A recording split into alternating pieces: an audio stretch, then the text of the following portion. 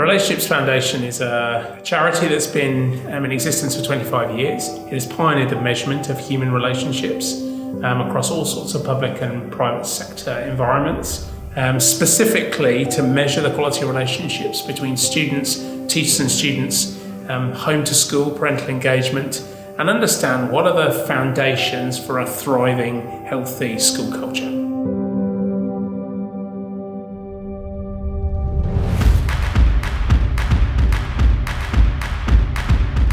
The more you know about somebody and the different contexts and the more context you know somebody in, your relationship will be many-stranded. It will be like a rope, robust and intertwined.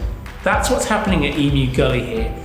Staff and students going away outside that classroom, school environment, and building relationships of vulnerability, experiencing, sharing things they wouldn't see in school, and then taking that back into school. And so those relationships have changed. They're different, they're stronger, and stronger forever.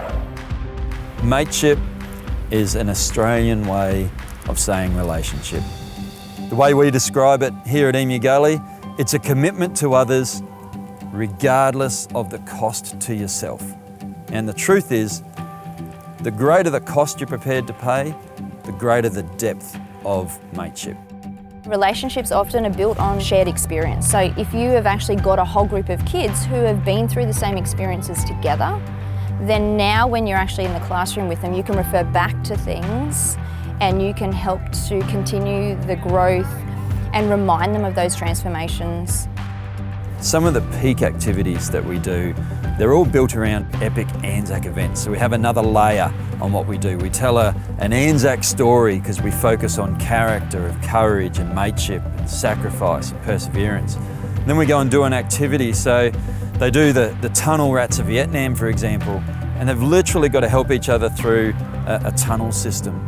And the number of times I've seen individuals help each other, hey, I'll go through if you go through. I'm going to be there, I'm scared, but I'm going to help you anyway. And the result that happens out of that is second to none. Going over the bridge is another one. They're up high, and if they get it wrong, they fall in. But when they commit to each other, there's this sense of trust and connection that really transforms the relationship. The other two highlights particularly are the Kokoda track, where they go through the mud. Often with the senior group, they actually carry someone through on a stretcher. The other one is the night walk. It's a heightened experience where the consequences are real. And that's why what we do works, because the situation is real, they live it, they feel it, they have to connect with each other. Their strengths and weaknesses come out very easily in activities, whether or not someone's nervous, someone's scared, someone's confident, during planning times, whether someone's got really good ideas, whether someone goes quiet, doesn't have ideas. So the way that they're kind of forced to interact with each other, actually, in their opinion, have said that it actually helps out within the classroom, whether it's planning in a classroom for projects, different group projects, or even just different challenges like tests or what's going to happen after school, just how they come together and learn to work together. The Anzac values have been drilled into us over the past few days, and we have a long good think about it. They are like the building blocks of a good relationship. We've all grown as different people and grown closer together. At the start, on the first day, we were all only looking out for our friends, whereas at the end, we were all connected as a group, all talking and all getting into it with each other.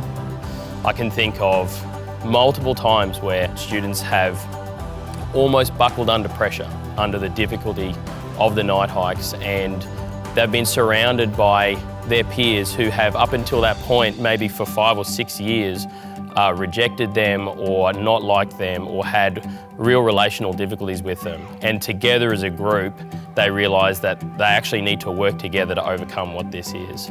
And then a lot of the time at the end of that, sitting out under the stars, reflecting on that experience, students can have amazing times thanking each other and saying things to each other that they've never said before or never been able to say before.